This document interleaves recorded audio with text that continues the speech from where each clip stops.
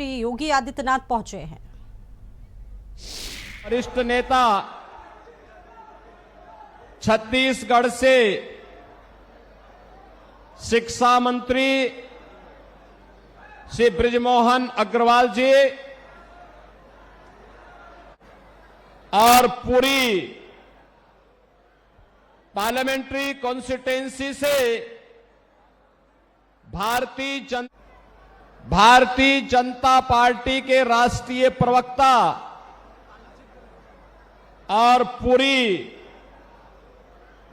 Parliamentary constituency से Bharatiya Janata party के हमारे लोकप्रिय प्रत्याशी डॉक्टर संबित पात्रा जी, विधानसभा चिल्का के भारतीय जनता पार्टी के हमारे प्रत्याशी श्री पृथ्वीराज हरिचंदन जी,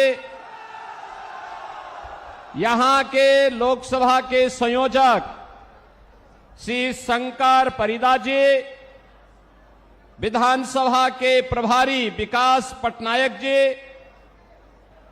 विधानसभा के संयोजक श्री दुष्यंत हरिचंदन जी, मंच पर उपस्थित श्री अमरेंद्र राणा सिंह जी, श्रीमती ज्योतिष्ना वहेरा जी और भारतीय जनता पार्टी के सभी पदाधिकारी के साथ साथ भारी संख्या में पूरी पार्लियामेंट्री कॉन्स्टिट्यूएंसी और चिल्का असेंबली से जुड़े हुए मेरे सभी उपस्थित बहन और भाइयों, भगवान जगन्नाथ, बलभद्र और माता सुभद्रा की कृपा भूमि को कोटि कोटि नमन करते हुए मां भगवती के श्री चरणों में नमन करता हूं। आप सबका मैं हृदय से अभिनंदन करता हूं। ये मेरा सौभाग्य है कि मैं मर्यादा पुरुषोत्तम प्रभु श्री राम की पावन धरा अयोध्या से लीलाधारी भगवान श्री कृष्ण की पावन धरा मथुरा से आप सबका अभिनंदन करने के लिए आपके बीच में मैं आज यहां पर आया हूं। मैं सबसे पहले धन्यवाद दूंगा भारतीय जनता पार्टी के अपने प्रत्याशी डॉक्टर संबित पात्रा को, जिन्होंने पूरी किस पावन धरा पर मुझे आने का अवसर दिया। बहनों और भाइयों, पूरी हम सनातन धर्मावलंबियों के लिए एक पावन नगरी है।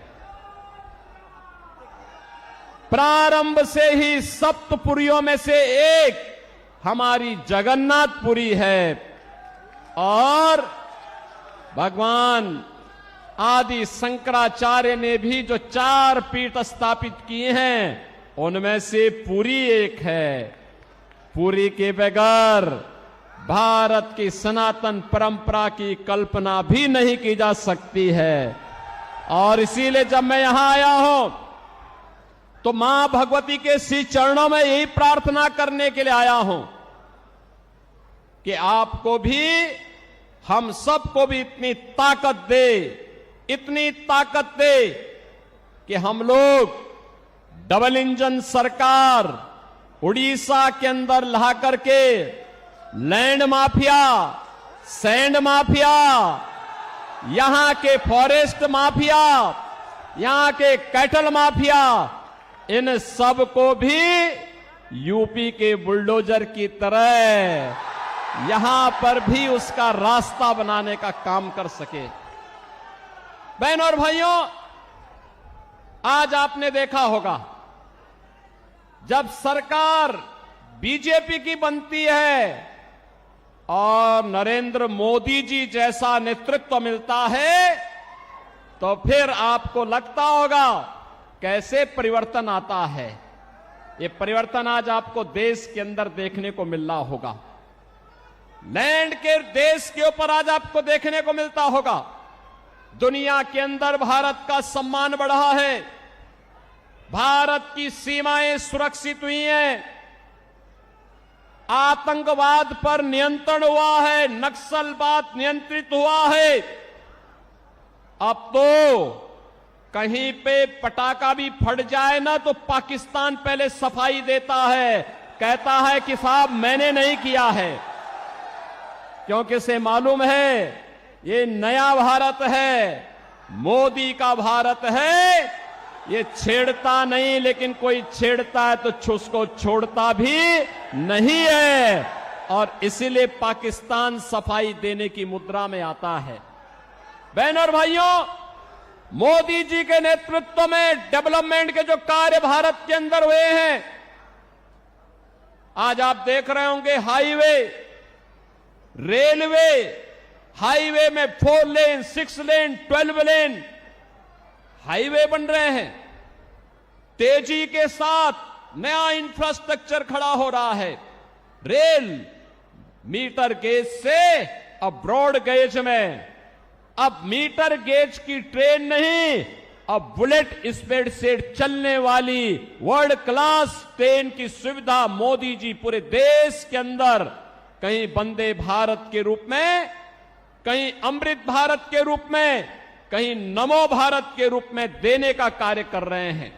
IIT, IIM, triple IT, NIT, AIIMS, world class university, और बहनों और भाइयों, हर घर नल की योजना के माध्यम से शुद्ध पेयजल की आपूर्ति पूरे देश के अंदर उपलब्ध करवाने की बड़ी कार्य योजना को भी मोदी जी ने लागू किया है। गरीब कल्याणकारी योजनाओं को लेकर के जब डबल इंजन की सरकार होती है तो कितना लाभ मिलता है, आज इसका लाभ उत्तर प्रदेश जैसे राज्य लेते हैं।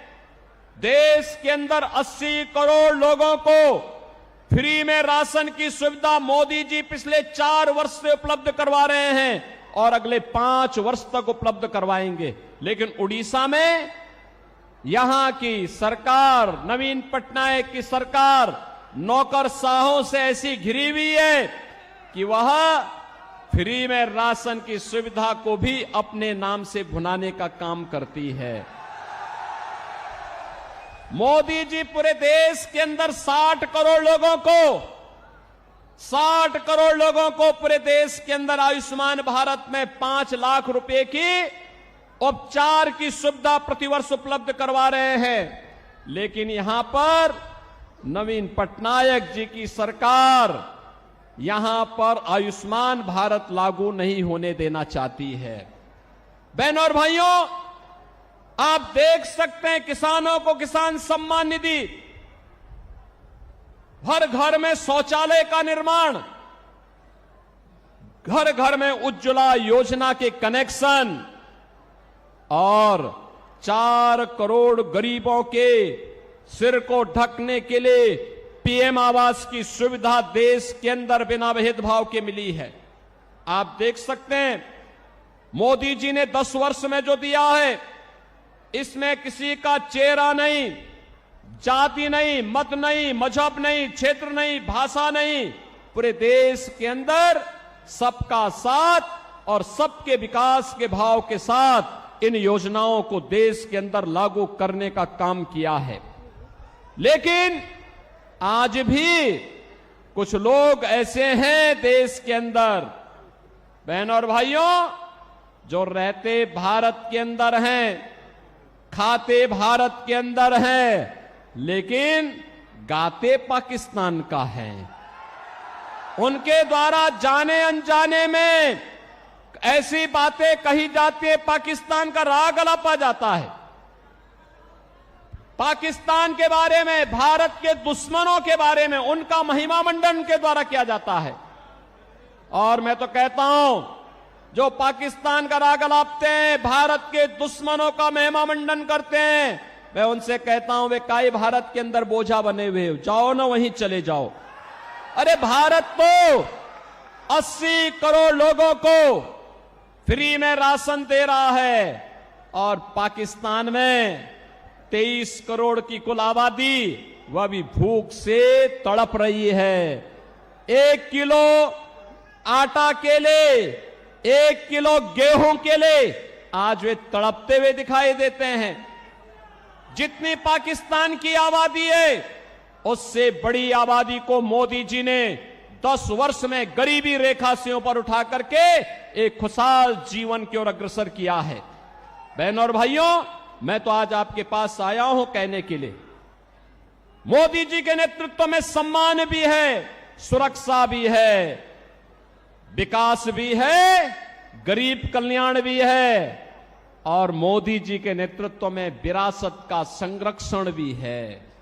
आप सोचो, अयोध्या में राम मंदिर का निर्माण कोई सोचता था? 500 वर्षों का इंतजार समाप्त हुआ और आज आप अयोध्या में जाएंगे, बहनों और भाइयों, हमारी पुरी तो यहां पर भगवान जगन्नाथ पुरी तो पहले से पुरी है और यहां पर क्या हुआ, नवीन पटनायक सरकार के संरक्षण में भगवान जगन्नाथ पुरी के मुख्य खजाने की चाबी ही यहां गुम हो गई है। भगवान के खजाने में भी ये डकैती डाल दे रहे हैं।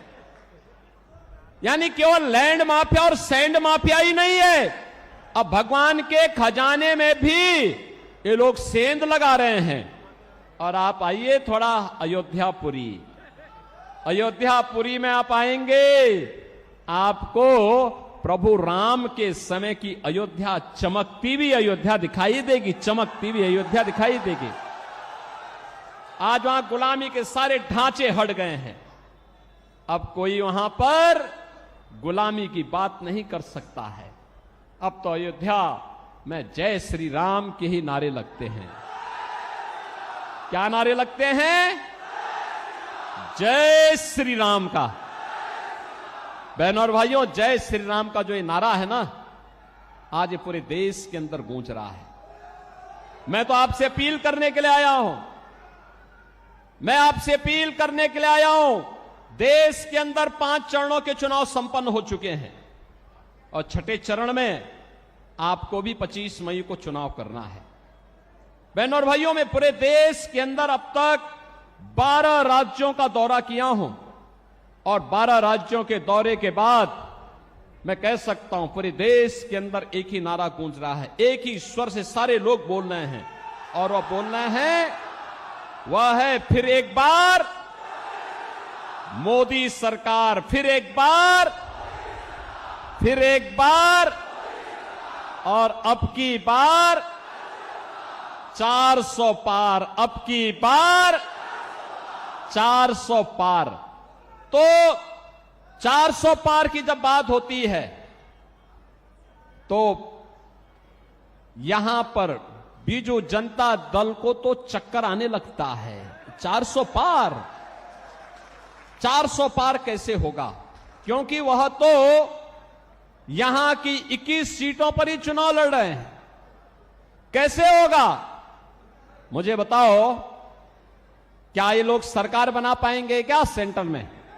कभी नहीं बना सकते। तो उनको जिता के करेंगे क्या? वे नहीं कर सकते। और जनता जनार्दन से जब हम पूछते हैं कि भाई 400 पार क्यों, तो कहते हैं, पूरे देश के अंदर एक ही नारा गूंजता है, वो कहते हैं जो राम को लाए हैं, जो राम को लाए हैं हम उनको लाएंगे, जो राम को लाए हैं हम उनको लाएंगे। और पूरे देश के अंदर जश्न है। आज आपने अयोध्या में देखा होगा, 500 वर्षों के बाद, 5 सदी के बाद प्रभु राम ने अपना जन्मोत्सव भी अयोध्या में अपनी जन्मभूमि में मनाया है और होली भी वहां पर खेली है। बहनों और भाइयों, एक नया भारत अपनी विरासत और विकास की यात्रा को लेकर के चल रहा है। दूसरी ओर आपके सामने मैं कहना चाहूंगा, चाहे वह बीजू जनता दल हो ये तो नौकरशाहों से घिरी हुई सरकार है और नौकरशाही जब किसी सरकार को घेरता है तो तानाशाही को जन्म देता है। जनता जनार्दन से उसका कोई वास्ता नहीं होता है। वहां पे भ्रष्टाचार पनपता है, गरीब के हक पर डकैती पड़ती है, वहां पे लैंड माफिया, सैंड माफिया और प्रशासनिक तंत्र पूरी तरह विफल हो चुका होता है। बहनों और भाइयों, किसी नौकरशाह को इतनी स्वतंत्रता और इतनी उसको अधिकार नहीं दे जाने चाहिए कि वो सत्ता का संचालन करने लग जाए। उसका काम सत्ता का संचालन करना नहीं है। सत्ता का संचालन संसदीय लोकतंत्र में जनता के द्वारा चुने गए जनप्रतिनिधियों के माध्यम से ही होना चाहिए। वही सही लोकतंत्र का प्रतीक है। और इसीलिए मैं आपके पास आया हूं आपसे कहने के लिए कि बहनों और भाइयों, एक और यहां की सरकार नौकरशाहों से घिर करके उड़ीसा के भावनाओं के विपरीत आचरण कर रही है। उड़िया परंपरा और संस्कृति को पूरी तरह माखोल उड़ाने का काम कर रही है। उड़िया परंपरा को पूरी तरह अपमानित करने का काम कर रही है। और दूसरी ओर देश के अंदर इंडी गठबंधन है, वे सब क्या करने जा रहे हैं? उनके द्वारा जिस प्रकार का कार्य किया जा रहा है, और मैं तो आज धन्यवाद देना चाहूंगा कोलकाता हाई कोर्ट को, जिसने टीएमसी की सरकार के द्वारा 2010 से लेकर के लगातार मुस्लिमों को ओबीसी की जातियों में जबरन शामिल करके उन्हें ओबीसी के आरक्षण में घुसपैठ करने का एक षड्यंत्र किया था। कोलकाता हाई कोर्ट ने एक महत्वपूर्ण फैसले में टीएमसी के सरकार के इन सभी फैसलों को पलट के कहा कि नहीं, भारत के अंदर धर्म के आधार पर आरक्षण नहीं हो सकता। आरक्षण पर बाबा साहब भीमराव अंबेडकर का जो मंतव्य है वह अंतिम मंतव्य है। हमें उसका संविधान की उन भावनाओं का पालन करना चाहिए। बहनों और भाइयों, धार्मिक आधार पर आरक्षण यह भारत की संविधान की मूल भावनाओं के विपरीत है। अनुसूचित जाति, जनजाति और पिछड़ी जाति के लोगों को ही आरक्षण का लाभ मिलना चाहिए और वह भी भारतीय मूल के होने चाहिए। लेकिन ये कांग्रेस हो, टीएमसी हो, बीजेडी हो, ये जितने भी दल हैं, ये तुष्टीकरण की पराकाष्ठा पे चढ़ करके कभी स्वामी लक्ष्मणानंद जी के हत्यारों को संरक्षण देने का काम करते हैं, कहीं पर ये लोग अनुसूचित जाति, जनजाति और पिछड़ी जाति के आरक्षण के अधिकारों पर घुसपैठ करना चाहते हैं। इनके मैनिफेस्टो को अगर आप देखेंगे आपको भी लगेगा ये मैनिफेस्टो भारत के किसी राष्ट्रीय दल के या किसी दल के हैं। आश्चर्य होता है, ऐसे लगता है जैसे किसी मुस्लिम लीग का मैनिफेस्टो हो। इनके द्वारा लगातार भारत की भावनाओं के विरुद्ध आचरण करने का प्रयास हो रहा है। इनके द्वारा जिस प्रकार की बातें कही जाती हैं, वरासत टैक्स की वकालत की जाती है, बहनों और भाइयों, इसको स्वीकार नहीं किया जाना चाहिए, कतई स्वीकार नहीं किया जाना चाहिए। चाहे वह कांग्रेस हो, टीएमसी हो, बीजेडी हो या फिर इंडी गठबंधन से जुड़ा हुआ कोई भी अन्य घटक हो, ये पूरी तरह भारत विरोधी आचरण इन लोगों का है। इनकी नीतियां आतंकवाद को, नक्सलवाद को बढ़ावा देने वाला है, मतांतरण को बढ़ावा देने वाला है, अराजकता को और भ्रष्टाचार को बढ़ावा देने वाला है, गरीब के हक पर डकैती डालने वाला है। और इसलिए भारतीय जनता पार्टी आपके पास आई है। मोदी जी के नेतृत्व में पूरे देश के अंदर भारतीय जनता पार्टी के पक्ष में जो लहर है अब वो सुनामी बन चुकी है। और आप देखना 4 जून को जब परिणाम आएंगे तो 4 जून के परिणाम में अब की बार 400 पार का लक्ष्य पूरा होगा। मैं बहनों और भाइयों आप सबसे अपील करूंगा, यहां पर संबित पात्रा हमारे लोकसभा के लिए भारतीय जनता पार्टी के कैंडिडेट के रूप में आपके बीच में हैं। और मैं तो आपसे अपील करूंगा, संबित पात्रा को यहां से मेंबर ऑफ पार्लियामेंट जिता करके भेजिए। आप देखना जगन्नाथपुरी की कायाकल्प ऐसे ही वे करेंगे जैसे अयोध्या का हुआ है और काशी का हुआ है।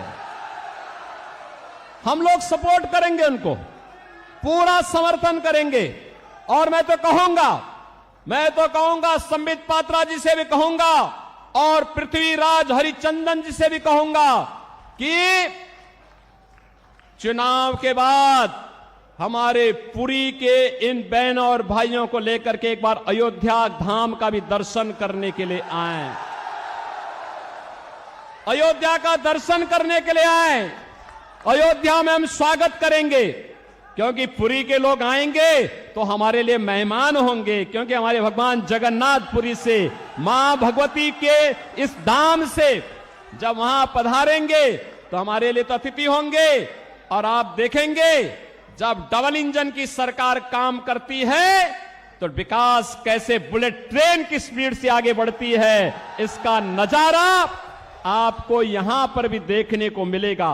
और इसलिए मैं आप सबसे अपील करूंगा, भारतीय जनता पार्टी के हमारे सभी कैंडिडेट डॉक्टर संबित पात्रा को यहां पे पार्लियामेंट्री कॉन्स्टिट्यूंसी के लिए और श्री पृथ्वीराज हरिचंदन को यहां की असेंबली के कैंडिडेट के रूप में कमल चुनाव चिन्ह पर भारतीय जनता पार्टी के प्रत्याशियों को भारी बहुमत से विजयी बनाने की मैं आपसे अपील करता हूं।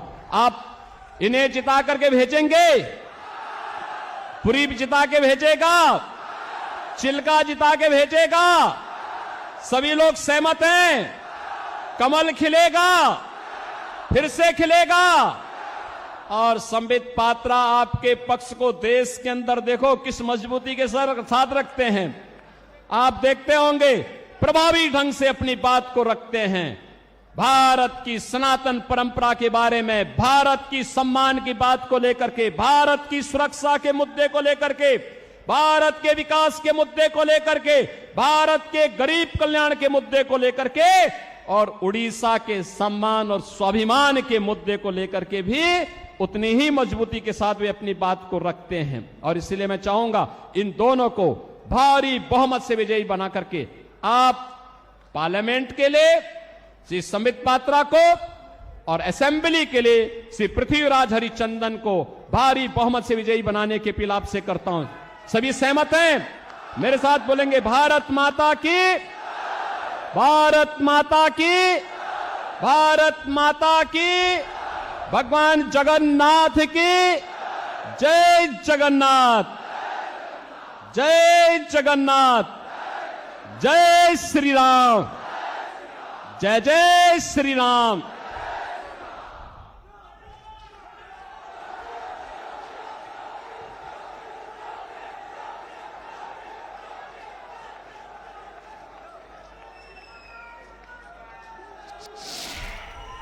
तो ओडिशा में चुनाव से पहले सीएम योगी आदित्यनाथ